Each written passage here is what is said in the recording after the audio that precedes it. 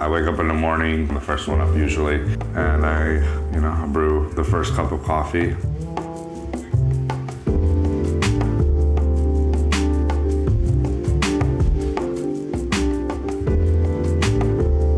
Then I froth my milk. It's my morning time where I get to practice something I'm not very good at, but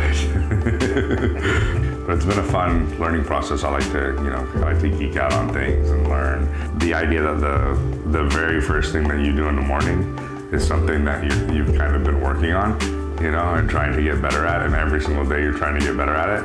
I think it's like a great start to the day.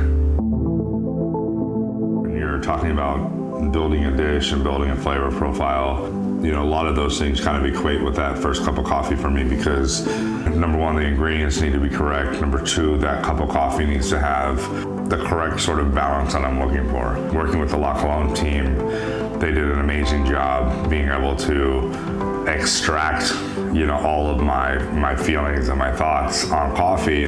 I'm telling you what I like based off of flavor profiles. They can tell you based off of where the beans are coming from, and if you mix these two beans, what flavor profile you're gonna get. So they have a much deeper understanding of coffee, and it's really nice to work with people that understand that. I think we all need coffee. We start the day with that, but also it's attached to very specific memories. It goes back to, for some people, to their childhood, the way it smelled in the house when the parents or the grandmother was making coffee.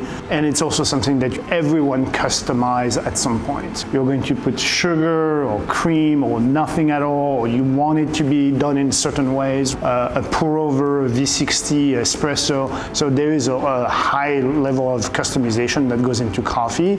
And I think that's what I really like about it. I like a fuller body coffee that's not too bitter, that has some sweetness to it. Maybe some dark fruit, maybe a slight nutty aspect to it, like really like rich and decadent. Those flavor profiles kind of round out coffee for me in a way that I want to drink that when I wake up. I want to have that with my dessert. I want to have that in the middle of the day when I need that quick pick-me-up. I think coffee has developed in so many different ways over the years, and I think La Colombe has been there for so long that they understand that development. And there's certain things that I like about sort of the newer style of coffee making, and then there's something I really enjoy about the old style of coffee. And I think La Colombe does an amazing job blending the two. The process was really about the idea of creating a special blend of coffee that really resonates with me personally, as well as with the guests that I think we're going to be coming into Otium.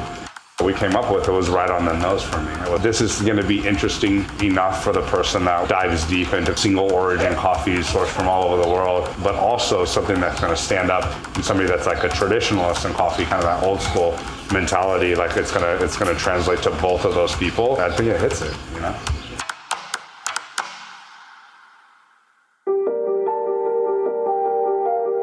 When we opened, it was kind of like a celebration of the local aspect of what we do. And Otium restaurant is one of the best restaurants, and we wanted to honor that. And we run the idea by him, and it was game, and it was really fun. It has a great palate. Spent hours developing the blend here in this room for drinking coffee. That was the first tasting. I think it lasted about 4 hours. And then we got a good idea of what he wanted to do, and we developed a fantastic blend that was roasted downstairs. The green coffee gets loaded in the top. This is a big drum with paddles inside that rotate and keep the coffee mixing the whole time. As you're going through the roasting process, it's reaching different phases. You go through a Maillard reaction. You want that chocolate component and nuttiness to it. We do pre-blend roast. So I will weigh out all the coffee and mix the different origins together and then roast them together. That'll help create across the board uniform roast profile.